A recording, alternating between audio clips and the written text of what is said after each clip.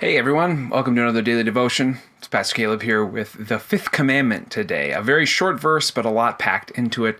Like I said, we've been slowing down on the 10 commandments so that we can get all these pieces of doctrine in front of us, meditate on them, so I'm thankful that you're here to do that with me.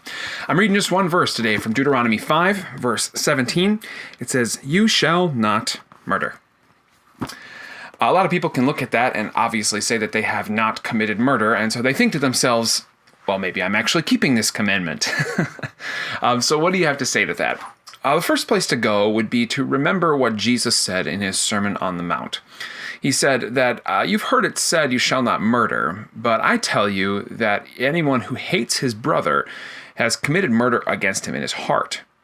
First John, the Apostle John, would record for us also that if anyone hates a brother or sister, he is a murderer.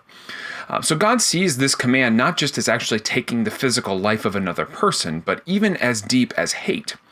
And we have to describe that word hate a little bit too, because when we think of hate, we think of like extreme disdain for a person, which obviously that is hate. But Jesus uses that word even a little bit more broadly, which should really make us uncomfortable.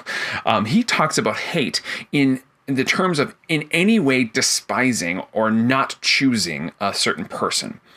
In other words, saying if that person is a person who I choose against, that is a despising, that is a form of hatred. Now, obviously, hatred doesn't always include any sort of like disdain for a person's physical body, but it's all kind of contained in here. These feelings of rage or anger against a person or disdain or really just general dislike for people, that's all within this fifth commandment. Because God obviously makes it not just about physical bodies, but about the personhood in general. And so when we hear this commandment, the fifth commandment, you shall not murder, we ought not just to think of murder, but to think of how do I treat other people? That's really all in there. How do I treat other people? And when I say people, I mean themselves, their physical bodies, yes, but who they are as a person in a more holistic way. The way that Martin Luther described this when he was explaining the 10 commandments is that he said we should not hurt or harm our neighbor in his body, but help and befriend him in every bodily need. In other words, yeah, like obviously killing a person, hurting them in any way is off the table, but the command to do, therefore, is actually to help them in every bodily need. So that would be things like charity, obviously. It would be things like generosity to, people who are in need.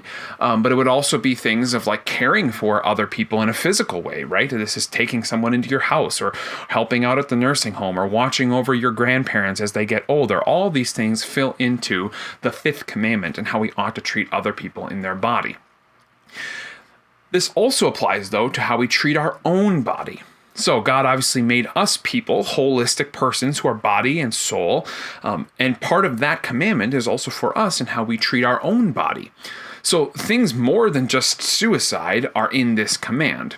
Things like what you eat, how you sleep, how you exercise, what you drink, the way you treat your body, all is within this fifth commandment. And God actually calls us to be stewards of our body in such a way that we would use the body that He has given us the best way possible, in line with the way that it works, so that we can, again, receive as much benefit this side of heaven as possible. I really think this is something that Lutherans, I think, have particularly lost sight of. Maybe not on a theological level, but just on a practical level, that God actually does care about how you take care of your body. If you're drinking all the time and your body is breaking down because your liver can't handle all of the alcohol that you're putting into it, that is a sin against the fifth commandment. If you are a lazy bum eating potato chips on your couch and watching Netflix for 8 hours, that's a sin against the fifth commandment, because it's a sin against your own body. So all these things play into this. The fifth commandment is generally, how do I treat all the other persons that are around me and myself? Now, one of the things that always comes up when we talk about the fifth commandment is the idea of suicide. And so I think it's important for us just to think critically about suicide for a little while and say what the Bible does say and what it doesn't say. People have been believing, I think, in Christian churches for quite a while that suicide was essentially a one-way ticket to hell. If you killed yourself, that was it. You're done. There's no chance for you. You've given up the faith. You are going to hell.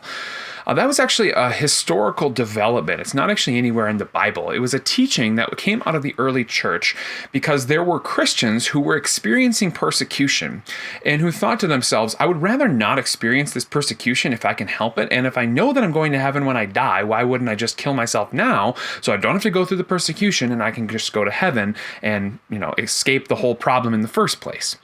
Out of that teaching, there was a teacher in the church who said, well, actually, if you kill yourself, that's giving up on God's gift of life to you, and therefore you are going to hell because of it. What we can say is that in general, when people commit suicide, there is probably a certain level of disdain for God's gift of life. That's absolutely true. And in many cases, unfortunately, there is a lack of faith in that. Like a person does not see God as worth living for, and so they end their own life. But the important thing for us to remember in those cases is, first of all, that disdain for God's gift of life is a sin, yes, but it is a sin like any other sin, and therefore it is forgivable. And we also ought to remember that whether or not a person has faith is not easily judged by the human eye. We generally look at the outward appearance, right? We say in 1 Samuel, for example, a man looks at the outward appearance, but the Lord looks at the heart. We can see a person's actions and say, in general, it looks like those actions lead us to the conclusion that this is the state of your faith, but we can't judge that. And so even if a person commits suicide, there's no place in us that is allowed to say, therefore, because of that action, they are going to hell. That is actually judging by works, right? And we do not judge by works, we judge by grace and repentance. So what we cannot say in a scriptural way is that anyone who commits suicide goes to hell. Now, in general, does it seem, based on the way that people act leading up to suicide, that many of them do, maybe even the majority of them do? I think you can make a decent argument for that. But to say it absolutely is anti-biblical. The Bible does not say that. In fact, I think you can make a very strong case that a person who is struggling from mental illness, which is almost always part of suicide, is a person who, outside of their right mind, can choose something that is so contrary to God's will and yet still have faith that saves at the same time. So one of the beautiful things about being a Lutheran is that we don't believe that faith is tied into our intellect. In other words, we don't have to choose God.